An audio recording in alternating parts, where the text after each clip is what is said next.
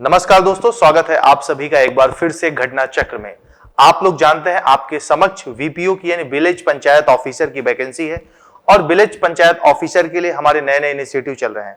आप अगर village panchayat officer की कम्युनिटी से जुड़ना चाहते हैं तो यहां पे देखिए बोर्ड पे एक नंबर दिया गया है, ठीक है। बीपीओ कम्युनिटी से जुड़ने के लिए आपको व्हाट्सएप करना होगा और उसके लिए आपको लिखना होगा वीपीओ, जो एक नंबर दिया गया है। इस नंबर पे 8081255444 पर बीपीओ लिखकर आप इस नंबर पर व्हाट्सएप करेंगे तो हमारी बीपीओ कम्युनिटी से वहां पर आप जुड़ जाएंगे। और साथ के साथ जितनी भी हमारी जो ऑनलाइन पीडीएफ वगैरह है, यानी कि आपको इससे संबंधित मटेरियल और इंफॉर्मेशन सारी चीजें वहां पर उपलब्ध होंगी। तो चलिए आगे चलते हैं और क्लास को आगे बढ़ाते हैं, हम लोग कंटिन्यू करते हैं। नमस्कार दोस्तों, एक बार फिर से स्वागत है आप सभी का घटना चक्र में। हम लोग अपना ग्राम पंचायत ऑफिसर की जो पढ़ाई थी वो कर रहे थे, अपने सिलेबस में आगे बढ़ रहे थे।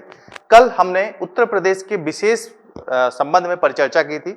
उसी क्रम में जहां तक हमने पढ़ा था उसके आगे से थोड़ा सा एक कदम पीछे लेते हुए वहीं से हम लोग चालू करेंगे। तो हम लोग चर्चा कल कर रहे थे कि ग्राम प्रधान को हटाने की प्रक्रिया क्या है, ठीक है। तो हमने देखा था भाई देखो, ग्राम प्रधान है अपने कार्यकाल पे रहता है, 5 साल के लिए रहता है, ठीक है। मैंने ये बताया था कि 5 साल तक वो रहेगा और यदि उसकी भाई देखो अपने पद से हटेगा कैसे, या तो मृत्यु हो जाए, ठीक है, या तो उसको हटा दिया जाए। अब हटाने का एक प्रक्रिया हमने पढ़ी थी, अविश्वास प्रस्ताव, जैसा कि पार्लियामेंट में पढ़ते हैं। क्या पढ़ते हैं पार्लियामेंट में? अविश्वास प्रस्ताव, यही देखा था। अब इसके लिए यह था भाई कि अविश्वास प्रस्ताव लाया जाए तो कैसे लाया जाए कि ग्राम सभा की बैठक होगी, ठीक है। उसमें क्या है, प्रधान को हटाने के लिए एक विशेष बैठक उसको बुलाया जाएगा। क्या बोलेंगे? विशेष बैठक, क्योंकि काफी महत्वपूर्ण मुद्दा है, ठीक है। और 15 दिन पहले इसको सूचना देनी होगी जब भी ये कार्यवाही चलानी होगी। बैठक में ग्राम सभा में उपस्थित तथा मतदान करने वाले जो सदस्य होंगे उनके बहुमत से 2/3 से निर्णय होगा। ये कॉमन सी बात हमने कल डिस्कस किया था, ठीक है। और गणपूर्ति कोरम रहना चाहिए। गणपूर्ति कोरम हमने देखा था 1/5 होता है, ठीक है। और अगर किसी कारण से मतदान उसके विपक्ष में होता है या गणपूर्ति कोरम नहीं पूरा हो पाता कि जितने लोग को होना चाहिए वो नहीं होता, तो 1 साल तक इस तरह का प्रस्ताव नहीं लाया जा सकता। ये हमने देख लिया था। तो इसी के आगे हम लोग बढ़ते हैं अपने क्रम में। देखिए, पंचों की नियुक्ति और उनका कार्यकाल, ये भी बहुत सिंपल है। पंचों की नियुक्ति होती कैसे है भाई? प्रत्यक्ष निर्वाचन के माध्यम से होती है। प्रत्यक्ष निर्वाचन,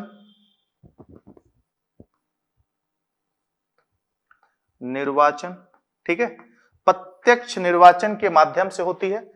और कितने पंच होंगे भाई? जितना उस ग्राम पंचायत के लिए नियत किए जाएंगे उतने पंच होंगे। हर जगह अलग अलग होगा जनसंख्या के हिसाब से। और जिनके अंदर योग्यता नहीं होगी वह कोई भी व्यक्ति सदस्य नहीं हो सकता, क्योंकि उसके लिए वो चुनाव ही नहीं लड़ सकता। बिना योग्यता के, तो कॉमन सेंस की बात है, जो जिसके अंदर योग्यता नहीं होगी वो नहीं बन पाएगा। कार्यकाल जनरली कितना होगा? 5 वर्ष का होगा। लेकिन अगर आपसे पूछे कि एग्जैक्ट 5 साल नहीं होगा, जिस डेट को उनको नियुक्त किया गया है उस डेट से जोड़ा जाएगा नियुक्ति से, ठीक है। जब भी वो इलेक्ट हुए हैं, इलेक्शन होता है, इलेक्शन के माध्यम से जब भी वो अपने पद पर आते हैं उसके लिए, और जब तक अगले चुनाव नहीं हो जाते, अन्यथा उनको निष्कासित ना किया जाए, तो तब तक वो पद पर रहते हैं। सिंपल सी बात है, ठीक है। और अगर यहां पे देखें, कार्यकाल वही पंचायत का जब तक कार्यकाल होता है, कुल मिला के ये कहें तब तक रहता है। सरपंच तथा उप सरपंच अपने अपने पदों पर बने रहते हैं जब तक कोई उनका उत्तराधिकारी नहीं आ जाता। मतलब जब तक अगला चुनाव नहीं हो जाता और चुनाव के बाद वो लोग पद को ग्रहण नहीं करते, तब तक पूर्व वाले ही पूर्व सरपंच, जिनको पहले का बोला जाए, जो इससे पहले थे, वो अपने पद पर बने रहते हैं। यानी कि एक प्रकार से देखा जाए, चुनाव में अगर देरी भी हो रही है तो पंच और सरपंच अपने पद पर बने रहते हैं, ठीक है। न्याय पंचायत की स्थापना, ठीक है। क्या? न्याय पंचायत की स्थापना के बारे में देखेंगे। न्याय पंचायत क्या है? देखिए, न्याय पंचायत की अगर हम बात करें, मैंने बताया था कि न्याय पंचायत क्या है। पहले जो है पंचायत या ग्राम कचहरी थी, ग्राम कचहरी। एक प्रकार से कहें तो इसको विलेज कोर्ट कर सकते हैं, विलेज कोर्ट।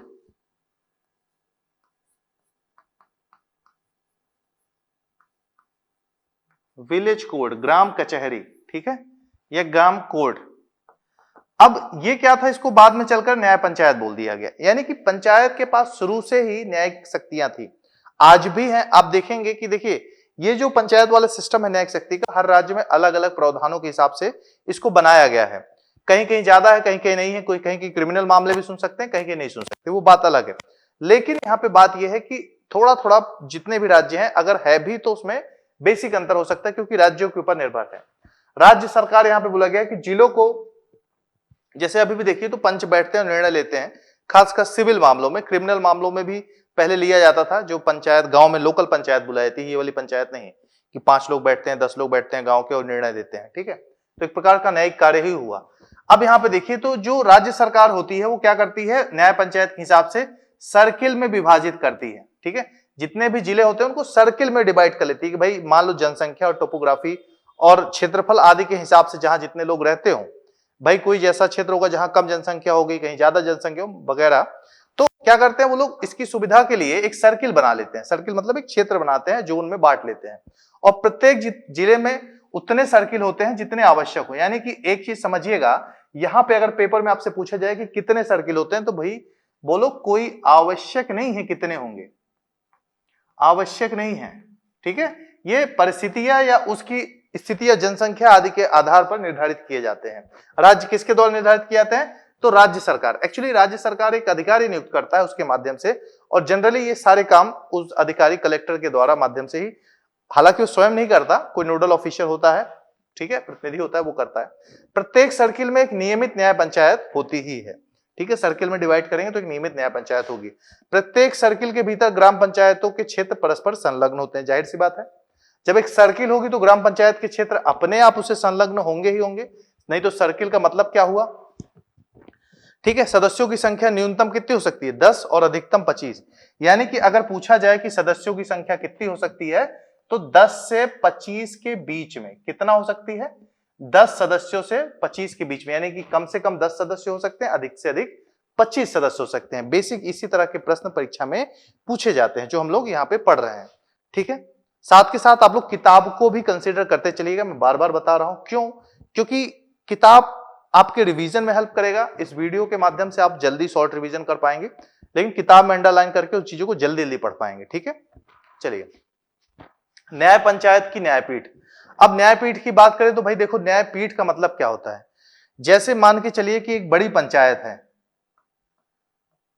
या कह सकते कोर्ट है, हाई कोर्ट है, तो आप देखोगे कि इसके लिए एक बहुत बड़ी पंचायत है तो एक पीठ बना दिया जाएगा, यानी कि पंचायत का एक कोर्ट रूम, एक प्रकार से कहें छोटा सा कोर्ट, ये भी होगा उसी के तहत, जो ये भी निर्णय कर पाएगा। जैसे अगर मैं आपसे पूछूं कि उत्तर प्रदेश का हाई कोर्ट कहां पे है या क्या नाम है, तो आप बोलेंगे इलाहाबाद हाई कोर्ट, ठीक है। ध्यान दीजिएगा, यहाँ पे अभी क्या है कि जैसे प्रयागराज, इलाहाबाद का नाम प्रयागराज कर दिया, लेकिन हाईकोर्ट वगैरह में इलाहाबाद ही लिखा रहता है, ठीक है। तो प्रयागराज हाईकोर्ट मान लीजिए आप बोल देते हैं, प्रयागराज विश्वविद्यालय बोल सकते हैं। तो अगर प्रयागराज हाईकोर्ट है तो फिर लखनऊ में क्या है, क्या 2 हाईकोर्ट हो सकती है एक राज्य में, लखनऊ। तो लखनऊ में उसकी बेंच है, ठीक है, यह न्यायिक पीठ है, ठीक है। तो एक प्रकार से, क्योंकि उत्तर प्रदेश बहुत बड़ा राज्य है, ठीक है, तो उत्तर प्रदेश बहुत बड़ा राज्य है तो उसको सुविधा के हिसाब से बांट दिया गया। इसी प्रकार से यहाँ पीठ की बात हो रही है, ठीक है। मैं बीच में साइड रहूंगा ताकि आप स्क्रीनशॉट वगैरह लेना चाहें तो ले सकते हैं। अब यहाँ पे बोल रहे हैं सरपंच, मैंने सरपंच वाली बात बताई थी, अगर आपने पहले के वीडियो देखे हो तो। सरपंच आपराधिक वादों तथा जांचों के निरस्तीकरण के लिए न्यायपीठ बनाएगा, जिसमें से प्रत्येक में पंच होंगे, 5 पंच होंगे, ठीक है। अब ध्यान दीजिएगा, जैसे मैंने बताया था कि कुछ राज्यों में, या फिर अगर आप देखें तो सही तरीके से, जो न्याय पंचायत का प्रमुख होता है उसको सरपंच बोला जाता है। क्या बोला जाता है, सरपंच। और जो ग्राम पंचायत का प्रमुख होता है उसको बोला जाता है ग्राम प्रधान, या फिर आप सरल भाषा में प्रधान कहते हैं, ठीक है। पंच, सरपंच और सहायक सरपंच वाद के विचारण अथवा जांच में भाग नहीं लेते, यानी कि ये लोग निर्णय देंगे, लेकिन जो विचारण है और जो ट्रायल, एक प्रकार से देखा जाए जांच की बात, खासकर जांच की बात करें, इसमें ये लोग भाग नहीं लेते, ठीक है। इस तरह के सवाल बन सकते हैं। विशेष न्यायपीठों का संगठन क्या होता है, जैसे विशेष न्यायपीठ क्या होता है, जब किसी वर्गों के बीच, 2 वर्ग, एक वर्ग में आपस में या 2 वर्गों में आपस में कुछ विशेष तरह की समस्या होती है, तो उस प्रकार के विचारण के लिए राज्य सरकार द्वारा विशेष न्यायपीठों का संगठन किया जाता है, ठीक है।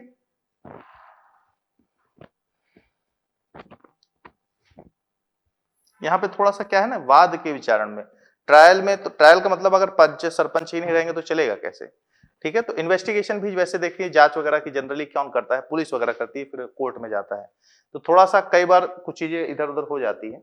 चलिए आगे चलते हैं। जिला परिषद, अब जिला परिषद की बात करते हैं। जिला परिषद आपको पता ही है, त्रिस्तरीय व्यवस्था है, 3 स्तर की, ठीक है। जिला, प्रखंड या फिर कहें क्षेत्र पंचायत इसको बोलते हैं, और ये क्या है, ग्राम पंचायत।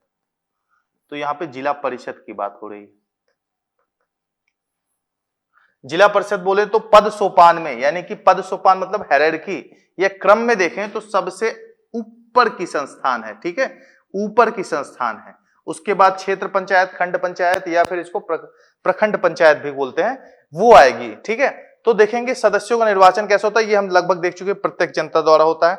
इसमें कुछ अन्य सदस्य भी होते हैं जिसको आप बोल सकते हैं कि पदेन सदस्य होते हैं, विधायक, सांसद जो उस क्षेत्र में होंगे, ठीक है, जिले में विधायक होंगे, सांसद होंगे, राज्य विधान परिषद के जो सदस्य होंगे वो होंगे, कुछ महिलाएं तथा अनुसूचित जनजाति के सदस्य। कुछ महिलाओं से क्या तात्पर्य, यानी कि जो भी जिला परिषद रहेगी महिलाओं का प्रतिनिधित्व होना आवश्यक है, जिला प्रतिनिधित्व रहेगी रख सके, तथा अगर इनकेस नहीं भी है तो अनुसूचित जाति और जनजाति के सदस्य भी वहां पे रहना अनिवार्य है, ताकि अपने कम्युनिटी की बात वहां पे वो रख सकें, अपनी परेशानियों को वहां पे बता सकें और उसके लिए योजनाओं का योगदान वगैरह ले सकें, ठीक है। अब यहाँ पे थोड़ा सा हम लोग कुछ, ये देखिए ये जो ग्राफ है यहाँ पे आपको दिख रहा है, ये बनाया गया है, आगे भी है इस तरह का। तो इस तरह को आपको कॉन्सेप्ट को समझने के लिए किताब में दिया गया है, तो वहां पे आप डिटेल्स इसको देखिएगा। यहाँ पे भी मैं बता दे रहा हूं, यहाँ पे भी मैंने समझाने का प्रयास किया। जैसे यहाँ पे दिया गया है संस्था का नाम, जैसे जिला परिषद, ठीक है, यहाँ पे दिया गया है उसके राजनीतिक प्रतिनिधित्व को क्या बोलते हैं और उसके संबंधित वहां पे गवर्नमेंट के द्वारा भाई चुनाव वगैरह हो रहा है, लेकिन वहां पे प्रशासनिक अधिकारी कौन होता है उनकी सहायता वगैरह करने के लिए, ठीक है, या उस स्तर पर कौन प्रशासनिक अधिकारी होता है। तो आप देखेंगे जिला स्तर की बात करें तो जिला पंचायत जिसको हम बोलते हैं, जिला परिषद, यहाँ पे राजनीतिक प्रतिनिधित्व तो कौन होता है भाई, जिला परिषद या पंचायत का प्रमुख होता है जिला, ठीक है, जिला पंचायत का प्रमुख होगा उसको यही बोलेंगे, और एक उप जिला प्रमुख होता है, ये होता है ना, और अन्य परिषद के सदस्य, बाकी सब सदस्य के तौर पे होते हैं। तो ये हो गए। यहाँ पे मुख्य कार्यकारी अधिकारी या प्रशासनिक अधिकारी कौन होता है, मुख्य कार्यकारी अधिकारी इसको बोलते हैं, ठीक है, क्या बोलते हैं, मुख्य कार्यकारी अधिकारी, चीफ एग्जीक्यूटिव ऑफिसर अगर बात करें, ठीक है। कई बार देखेंगे जो नए नए आईएएस वगैरह नियुक्त होते हैं तो उनके आगे ये लिखा रहता है, जनरली कलेक्टर वगैरह जो होते हैं, ठीक है, उनको ये पद दिया जाता है। अब यहां पे देखते हैं, मतलब कलेक्टर नहीं कह सकते, कलेक्टर एक अलग काम उसका होता है, मतलब थोड़ा सा क्या मिक्स काम है, वो प्रशासनिक जिले का प्रमुख होता है, तो उसके जिम्मे सब कुछ होता है। इवन आपसे अगर पूछे जिले का पुलिस, जैसे कमिश्नरेट प्रणाली जहां पे लागू नहीं है उस जिले की बात नहीं कर रहा मैं, लेकिन अगर आपसे पूछे कि पुलिस प्रशासन का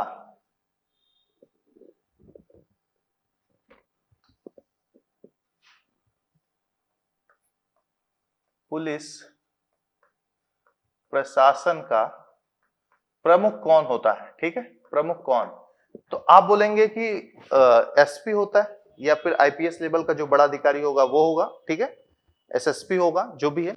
लेकिन आप एक चीज को समझिएगा कि पुलिस प्रशासन का जो प्रमुख होता है वो कलेक्टर होता है, आईएएस होता है, कमिश्नरेट प्रणाली नहीं, क्योंकि वो सारी रिपोर्ट कलेक्टर को देगा।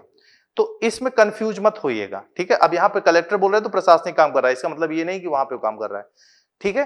चीफ एग्जीक्यूटिव ऑफिसर आपने देखा होगा जिले का, कई बार जो नए लोग सिलेक्ट होते हैं जैसे टीने डाबी वगैरह, तो वो अभी राजस्थान वगैरह में इसी पद पे थे, ठीक है, ये चीज ध्यान दीजिएगा। चलिए आगे बढ़ते हैं।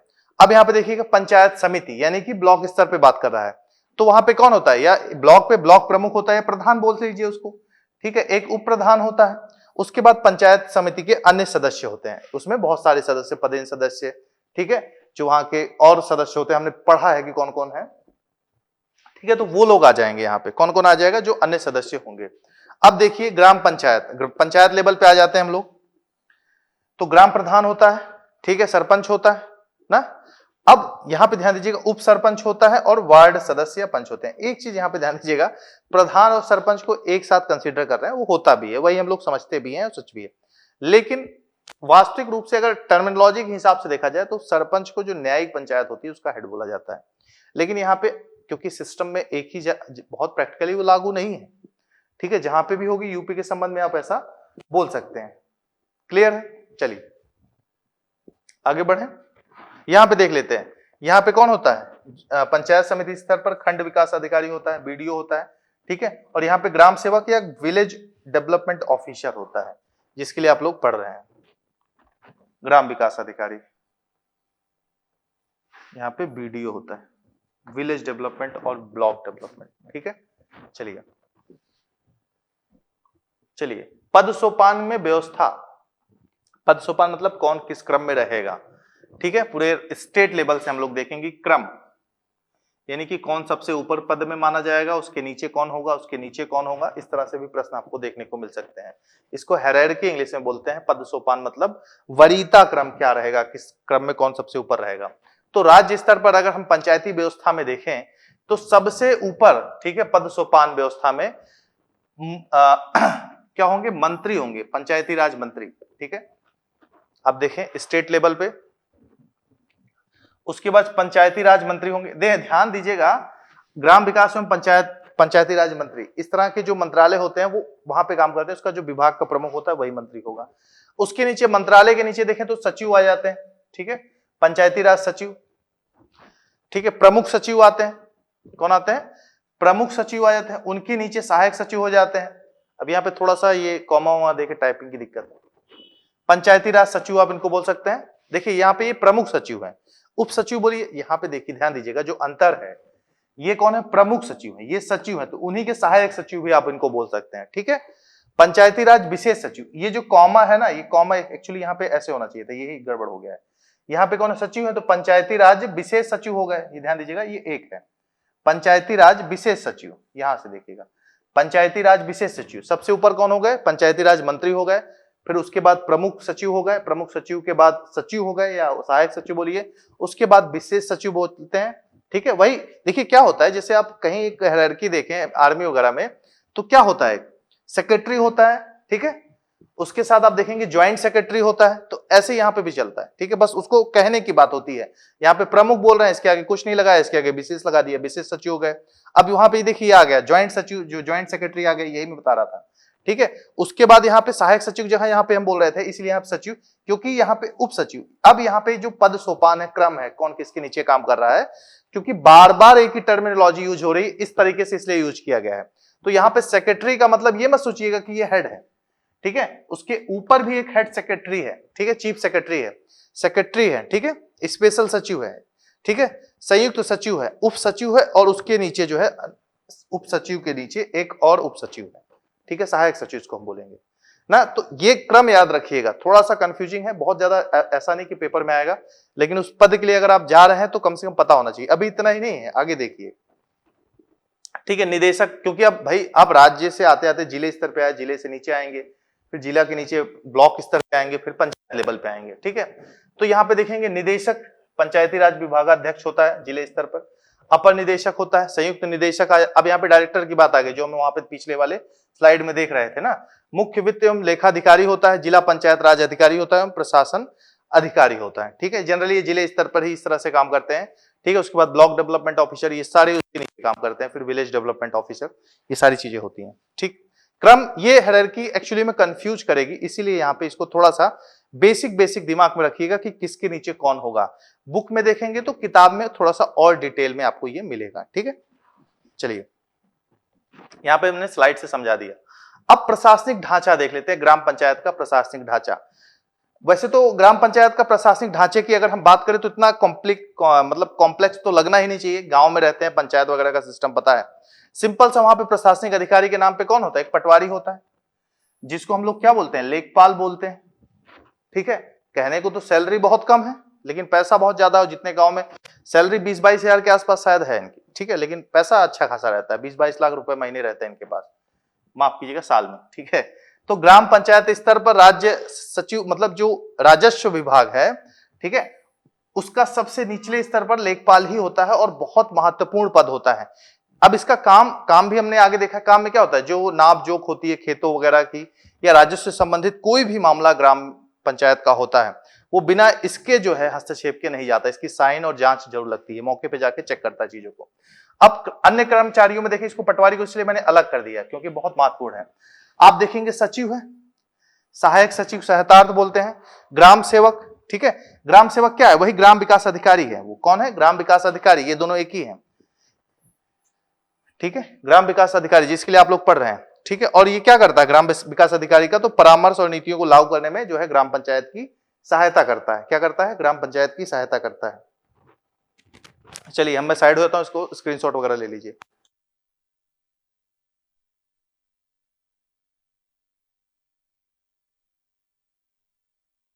चलिए हम लोग आगे बढ़ते हैं।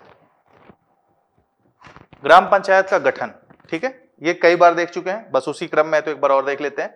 ठीक है, 5 साल के लिए होता है। अविश्वास प्रस्ताव के द्वारा प्रधान को हटाया जा सकता है। आप पेपर में देखेंगे हूबहू सवाल आपको मिलेंगे। ठीक है, आप धन्यवाद बोलने वाले हैं, मतलब अपना प्रयास भी करिएगा, बुक भी लेके पढ़िएगा, रिवीजन भी कीजिएगा, प्रैक्टिस भी कीजिएगा, ऐसा मना नहीं किया जा रहा, लेकिन हाँ सवाल आपको मिलेंगे। ग्राम प्रधान की बात करें तो ग्राम पंचायत की कार्यकारिणी का और समिति, मतलब ये क्या होता है, इसके पास 4 अन्य सदस्य नॉमिनेट करने की पावर होती है जो ग्राम पंचायत को सहायता करता है। ठीक है, नॉमिनेशन वगैरह होता है, आप लोग जानते इसलिए नहीं होंगे क्योंकि अपने ही पहचान वालों को, देखिए अपने घर वालों को तो नियुक्त कर ही नहीं सकता, वो अपने आप को सेपरेट रखेगा, अपने घर का कोई काम नहीं कर सकता पंचायत, जो प्रधान होता है, ये चीज जान लीजिए। तो इसीलिए दूसरों के माध्यम से करेगा। ठीक है, वो सर्टिफिकेट वगैरह 10वीं 12वीं जो भी योग्यता होती है उसके हिसाब से करता है, पैसा आता है, फिर वो उनसे पैसा लेता है, कमीशन। ऐसा यही होता ही है, और कितने स्तर पर काम करता है आप लोग जानते हैं। सरपंच की बात करें तो कुछ राज्यों में महत्वपूर्ण पद है, मैंने बताया ना कुछ राज्यों में। ठीक है, ध्यान दीजिएगा। ग्राम पंचायत की न्यायपालिका का ग्राम जो होता है उसका प्रमुख होता है, और उसको ग्राम कचहरी वगैरह बोलते हैं, तो हमने देख ही लिया है, जिसका प्रधान सरपंच होता है। कार्यकाल 5 साल का ही होगा। ठीक है, तो सरपंच और प्रधान कंफ्यूज मत होइए, कहीं कहीं सरपंच प्रधान एक ही समझा जाता है, लेकिन बेसिकली जो ग्राम में न्याय पंचायत काम करती है उसके प्रमुख को सरपंच बोलते हैं। ठीक है, और जो गांव पंचायत का प्रमुख होता है उसको प्रधान बोलते हैं, ग्राम प्रधान। अब देखिए सरपंच का निर्वाचन सेम ऐसे होता है ग्राम प्रधान की तरह, क्योंकि आपके यहां होता नहीं इसलिए आप जानते नहीं। ठीक है, सरपंच के कदाचार, मतलब हटाया कैसे जा सकता है, तो जिस तरह से आप देखिए कदाचार अक्षमता, ये जब जजेस को हटाने की बात करते हैं तो वहां ये शब्द मिलता है। तो कदाचार अक्षमता कर्तव्यहीनता के आधार पर इसको एक प्रकार से महाभियोग लगाकर हटाया जा सकता है 2/3 मत से। यहाँ पे देखेंगे 2/3 पंचों के मत से उसके विरुद्ध अविश्वास प्रस्ताव लगाकर उसको हटाया जा सकता है। सिंपल सा 2/3 मत अविश्वास प्रस्ताव पंचों की सहायता से हटाया जा सकता है। अब देखिए पंचायत के सचिव, ठीक है, पंचायत के सचिव महत्वपूर्ण है भाई, उसीलिए तो एग्जाम दे रहे हो, तो बेसिक चीजें तो उसके साथ ये भी पता होना चाहिए। अब देखेंगे इसकी नियुक्ति कौन करेगा, क्योंकि देखिए पंचायत में जो प्रधान और पंच और ये सदस्य वगैरह जो भी ब्लॉक स्तर पर चुने जाते हैं, ब्लॉक प्रमुख वगैरह, वो तो चुनाव के माध्यम से आते हैं, लेकिन उनकी सहायता के लिए कुछ वहां पे प्रशासनिक अधिकारी होते हैं। और अगर हम सचिव की बात करें तो यहां पे देखेंगे कि ये राज्य सरकार के द्वारा नियुक्त किया जाता है। ग्राम पंचायत के सभी कार्यों का निरीक्षण कौन करता है, सचिव करता है। पंचायत के संचालन में सहायता करता है, लेखा जोखे में सहायता करता है। ठीक है, सेक्रेटरी का बहुत ज्यादा महत्व होता है। आप जिसे ग्राम प्रधान से अपने कभी कोई काम कराया हो तो आपने सचिव का महत्व जरूर समझा होगा, क्योंकि बिना उनके साइन के कुछ होता नहीं है। ठीक है, और वेतन क्या मिलता है, तो जितना राज्य सरकार निर्धारित करे, कोई एज इट इज निर्धारित नहीं है, हर राज्य सरकार का अलग अलग होता है। ठीक है, आप फॉर्म भर रहे होंगे तो उसमें आपको पता लग गया होगा कि कितना वेतन है। अगर नहीं पढ़ा है तो फिर आपने फॉर्म ही क्यों भरा है। ठीक है, इतना तो नोटिफिकेशन ठीक से पढ़ना ही चाहिए। चलिए पटवारी या लेखपाल के बारे में देखते हैं। तो वही है कि ग्रामीण स्तर पर, निचले स्तर पर राजस्व विभाग का बहुत ही महत्वपूर्ण पद है। ग्राम पंचायत स्तर पर राजस्व विभाग का एक महत्वपूर्ण कर्मचारी है। भूमिका क्या होती है, तो ये तो पता ही आपको, मैंने बताया भूमि से संबंधित सिंचित और असिंचित भूमि, ठीक है, उसके संबंध में जांच करता है। वसूली यहां पे लिखा है। ठीक है, भूमि अतिक्रमण का मामला, देखिए एक क्या होता है जैसे बंजर, मैंने कल ही बताया था, एक होती है बंजर भूमि, एक होती है आबादी। आबादी जनसंख्या से संबंधित नहीं है, देखिए 2 प्रकार की है, यही 2 मामला गांव में रहता है। आबादी तो वो है जिसके आगे आप उपयोग में है, मौके पे ग्राम समाज की जमीन है, जिसके उपयोग में है वो उपयोग कर रहा है आबादी, वहां पे आप अतिक्रमण कर सकते हैं, घर बनवा सकते हैं, पेड़ पौधा लगा सकते हैं, कुछ सामाजिक कार्य कर सकते हैं। लेकिन जो बंजर भूमि होती है इस पे गलती से कब्जा ना कीजिएगा।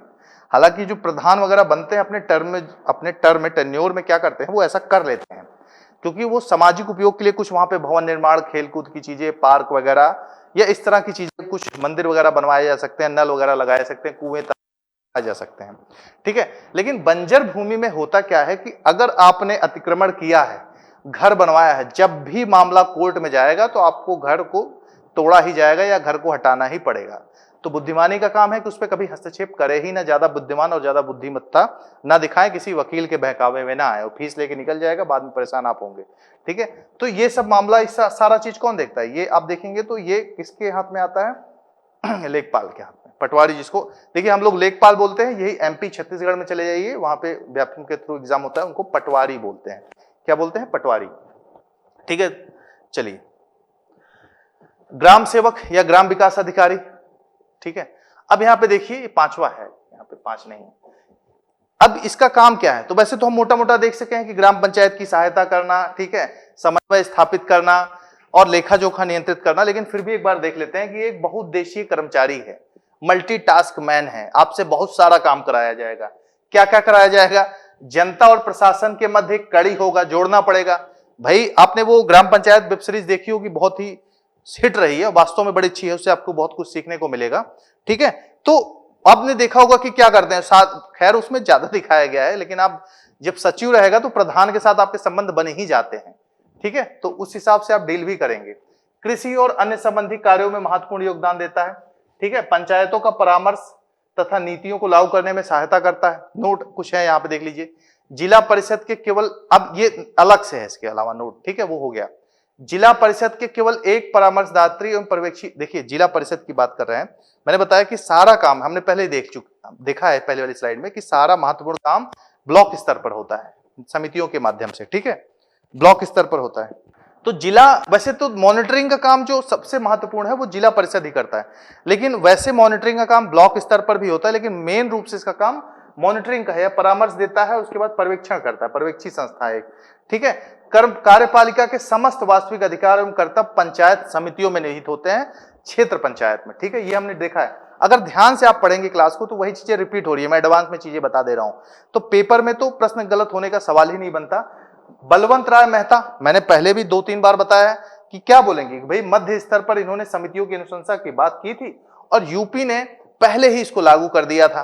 ठीक है, 1947 का उत्तर प्रदेश पंचायती राज अधिनियम जो था, उसके बाद इन्होंने, जब बलवंत राय मेहता ने 57 में दिया, उसके कुछ साल बाद इन्होंने लागू कर दिया मध्यवर्ती स्तर पर। पहले त्रिस्तरीय पंचायत नहीं थी, बाद में यूपी ने संशोधन कर दिया उसी से। ठीक है, 95 में एक्ट लाकर। चलिए अब देखिए चुनौतियां और एवं समाधान। तो ग्राम पंचायत स्तर पर क्या चुनौतियां हो सकती हैं? ठीक है, बहुत बेसिक है, इसमें पढ़ने और रटने वाली चीजें नहीं, बहुत बेसिक चीजें हैं। अगर आप समझें कि क्या क्या दिक्कत आती है ना, आप खुद वहां से अगर बिलोंग करते हैं तो आप बहुत आसानी से समझेंगे। फिर भी मैंने कुछ लिख दिया है, जैसे आप देखेंगे कि मैंने यहां पे लिखा अनगिनत चुनौतियां, मतलब ऐसा कुछ निर्धारित नहीं, लेकिन बहुत ज्यादा चुनौतियां यहाँ पे, सारी तो लिखी नहीं। जैसे पहले देखें, पहली चीज तो पैसे की कमी है। भाई गांव में एक लाइब्रेरी होनी चाहिए कि नहीं होनी चाहिए? देखिए विकास करना है तो बच्चों के पढ़ने के लिए लाइब्रेरी, अच्छा प्रावधान भी रहता है, लेकिन बनती कहाँ है भाई? मैंने तो नहीं देखा लाइब्रेरी, किसी किसी गांव में बनी होगी तो बड़ी अच्छी बात है, और कौन उपयोग करता है? ठीक है, प्रधान के सहयोगी वगैरह यूज करते होंगे। तो लाइब्रेरी किताबों के साथ आजकल ऐसी भी लाइब्रेरी होनी चाहिए जो शहरों में मिलती है, एसी, एनवायरमेंट, इंटरनेट, न्यूज़पेपर, पत्रिका होनी चाहिए कि नहीं? नहीं है। ठीक है, तो इसका एक कारण है पैसे की कमी। फंडिंग आए वो गलत खर्च हो वो बात अलग है, लेकिन इतना पैसा वास्तव में नहीं है। राज्य सरकार की अतिशय नियंत्रण, हर चीज पर सेंट्रल स्टेट गवर्नमेंट का कंट्रोल है, उससे पूछो उससे करो, तो उसको पास करा के बनाने में बड़ा तिगड़म है। ठीक है, स्वच्छता का भाव, क्योंकि राज्य सरकार का नियंत्रण है, राज्य सरकार पर अतिशय निर्भरता भी है, हर फंडिंग के लिए वही देखना है। भाई अगर गांव को सक्षम कर दिया जाए कि कुछ छोटा मोटा टैक्स लें, मतलब देखिए पैसा तो सबके पास नहीं, तो एग्रीकल्चर वगैरह से जैसे होता नहीं कि आप, भाई आपके यहाँ 5 क्विंटल गेहूं हुआ तो आप 5 किलो दे दीजिए, तो उसको सेल वगैरह करके अगर ठीक से ऑडिट हो, गांव वाले चाह ले वास्तव में, तो डेवलप हो सकता है। लेकिन गांव वाले खुद ही नहीं चाहते ना, मेन तो बात ये होती है। प्रशिक्षित नहीं है, जानकारी नहीं है, खुले में शौच जाओ रोक रहे हैं तो उनको लग रहा है कि हमारी आदत खराब हो रही है, हमारा पेट ही नहीं साफ होता वगैरह वगैरह। ठीक है, ऐसे बातें यहां करना ठीक नहीं। लेकिन एक देखिए स्वच्छ भारत मिशन, आप किसी गवर्नमेंट पे मत जाइए, वास्तव में खराब लगता है जब आप निकलोगे लोटा ले लेके सुबह बैठे रहते हैं सब, खराब लगता है कि नहीं? आपको शायद हो सकता है कुछ लोगों को बात से सहमत हो ना हो, लेकिन जब कोई बात बोली जाती है तो उसको सही या गलत की निगाह से ब्लैक एंड व्हाइट देखिए, कौन बोल रहा है उससे नहीं मतलब है। निष्क्रिय एवं भ्रष्ट कर्मचारी, इस पे तो आप सहमत होंगे, और सहमत होने के बाद जब सिस्टम का हिस्सा बनेंगे तो आप भी हो जाएंगे। ठीक है, बिना टेबल के नीचे से काम होता नहीं है। अतिशय राजनीतिक हस्तक्षेप, भाई भतीजावाद प्रधान होंगे तो जो उनको वोट दिए हैं, जो उनका समर्थन किए, उन्हीं का लाभ होगा, बाकी तो लाभ होगा ही नहीं। ठीक है, ये सारी चीजें देखने को मिलती है। अशिक्षित एवं उदासीन जनता, जनता को अपने अधिकार ही नहीं पता है। ठीक है, अशिक्षित है, उदासीन है। फिर यहाँ पे गिनती खत्म ही नहीं होती। बिना बिल के प्रभावी कार्यकारिणी, ठीक है, विकास इन सब के बिना विकास कैसे संभव? एग्रीकल्चर में कमी है, ठीक है, फर्टिलाइजर डाले जा रहे हैं, एक्चुअली कृषि सॉइल मतलब मृदा जांच केंद्र वगैरह है, मुझे लगता है गांव में शायद ही कोई जाके चेक कराता होगा कितनी खाद डालनी है, कितनी नहीं डालनी है, न्यूट्रिशन की कमी है, ठीक है, बहुत सारी चीजें हैं। लघु सिंचाई योजनाएं आती हैं प्रधानमंत्री बैंक के माध्यम से, ग्राम पंचायत माध्यम से, कितने लोग को, किसी को लाभ नहीं मिलता, बहुत कम ही मिलता है, ठीक है। बैंक वाले जाइए तो आपसे केसीसी कराएंगे तो उसमें भी कमीशन मांग लेते हैं। पेयजल की समस्या, पानी की टंकी बन गई लेकिन पानी नहीं आता है। निर्धनता उन्मूलन से संबंधित प्रोग्राम, शिक्षा का, स्वास्थ्य का, सफाई का, ऐसे अनगिनत समस्याएं, जितना गिनाइए उतना कम है, ठीक है। यहाँ पे ये इस प्रकार की चीजें आप गांव में रहने के कारण खुद ही लिख सकते हैं और मुझे नहीं लगता इसमें कुछ आप गलत करेंगे। अधिकारी, यहाँ पे कुछ नोट है, अधिकारियों के निर्वाचित प्रतिनिधियों के बीच सौहार्द की कमी है, कटु संबंध है। देखिए जो अधिकारी होते हैं और जो प्रतिनिधि होते हैं, कई बार क्या होता है उसको लगता है हम प्रधान है और उसको लगता है कि हम अधिकारी हैं, तो तालमेल की भी कमी होती है, कई बार ऐसे बस तनाव में ही चीजें चलती रहती हैं, ठीक है। तो ये सारी चीजें भी दिक्कत पैदा करती हैं। लॉर्ड ब्राइस ने एक स्टेटमेंट था, तो मैंने किताब में है, ये आपको मिल जाएगा, हो सकता है परीक्षा में कभी स्टेटमेंट वगैरह आ जाए, तो इन्होंने लिखा है कि स्थानीय स्वशासन प्रजातंत्र के लिए प्रशिक्षण की आधारशिला है, जिसके अभाव में प्रजातंत्र की सफलता की आशा नहीं की जा सकती, ठीक है। यानी कि प्रशिक्षण का मतलब कि वोट कैसे दिया जाता है, कैसे निर्णय को लिया जाता है, कैसे सहभागिता होती है, इन सब के बारे में लोगों को जागरूक करता है। तो कौन बोलते हैं? Lord Bryce. इसमें सुधार, जो हमने कमियां देखी उन्हीं कमियों को दूर कर दीजिए तो सुधार भी आ जाएगा, तो कुछ इसके लिए अलग से पढ़ने की आवश्यकता नहीं है, ठीक है। यहाँ पे देखिए राजनीतिक एवं नागरिक प्रशिक्षण की आवश्यकता है, उदार दृष्टिकोण अपनाने की आवश्यकता है, नागरिकों के गुणों में विकास करने की आवश्यकता है, प्रशिक्षण दिया जाए, प्रशासन को अपने कार्यकुशलता बढ़ाने की आवश्यकता है, भ्रष्टाचार को खत्म करने की आवश्यकता है, यही सब वगैरह जो कमियां थी उन्हीं में सुधार किया जाए तो सुधार आ जाएंगे, ठीक है। नागरिक घोषणा पत्रों के अनुरूप कार्य करने की आवश्यकता है, यही सब चीजें हैं, इसमें कुछ ऐसा कोई रॉकेट साइंस नहीं कि आप ना समझ पाए और ना कर पाए, ठीक है। ये चीज क्लियर। ग्राम पंचायत में पद का आरक्षण, ठीक है, आरक्षण किस हिसाब से होता है? देखिए एक सिंपल आधार है, जितना परसेंट जिसकी सीटें हैं, जितनी जनसंख्या, उस आधार पर आरक्षण मिलता है, एक चीज। अब बात आती है कि एससी एससी एसटी एससी और ओबीसी, खासकर एससी शेड्यूल कास्ट की हम बात करें, यहां पे ध्यान दीजिएगा। अब ओबीसी का आरक्षण, देखिए जनरल कैटेगरी की तो बात छोड़ ही दीजिए क्योंकि उसको आरक्षण है नहीं इस मामले में। अब यहां पे ध्यान दीजिएगा, एसटी एससी और ओबीसी के मामले में अगर 50% से कम है संख्या, यहां पे ध्यान दीजिएगा, कमजोर वर्गों के आरक्षण उसमें क्या करता है? आत्मविश्वास बढ़ाता है, ये तो अलग बात है। जाति के आधार पर एससी एसटी और ओबीसी को आबादी के अनुसार आरक्षण मिलेगा।